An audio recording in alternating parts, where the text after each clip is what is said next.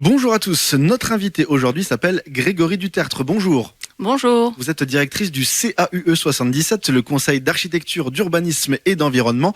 On parle avec vous du guide d'insertion paysagère des méthaniseurs que vous venez de sortir.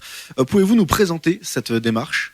Oui, alors effectivement, nous avons été invités par CapMéta, qui est une structure publique qui réunit notamment le département et GRDF, pour que le CAUE, donc le Conseil en architecture, urbanisme et environnement de Seine-et-Marne, permette d'aider les porteurs de projets et les collectivités à mieux travailler autour des éléments de paysage pour que les unités qui produisent du biométhane soient mieux insérées dans nos paysages agricoles.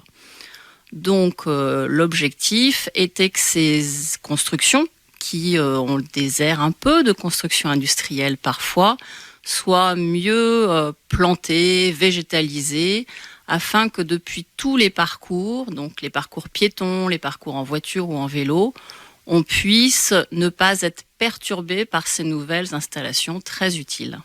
Derrière cela, il y a des enjeux importants dans ces implantations. Vous venez d'en dire quelques-uns. Y en a-t-il d'autres des enjeux à relever ? Oui, alors effectivement, comme vous le savez peut-être, produire du biométhane, c'est important. Et aujourd'hui, beaucoup d'agriculteurs ont pu ainsi diversifier leurs activités et trouver une nouvelle solution pour valoriser leur production. C'est important aussi que ce soit sur notre territoire à proximité pour que nous puissions utiliser ce gaz et comprendre comment on produit notre énergie. D'où l'enjeu de créer un guide d'insertion paysagère des méthaniseurs avec, j'imagine, à la clé, une démarche de formation des paysagistes peut-être à réaliser ?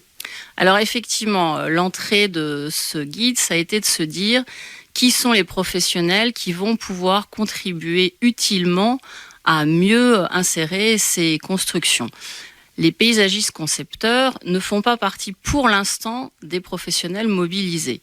Donc on a souhaité faire connaître ces projets d'unités de méthanisation et on se rend compte qu'il va être utile de former ces paysagistes concepteurs, peut-être tous ceux qui sont au nord de la Loire puisqu'on a des paysages assez similaires, pour qu'ils puissent être de véritables collaborateurs utiles pour les porteurs de projets et les ingénieurs qui conçoivent ces sites.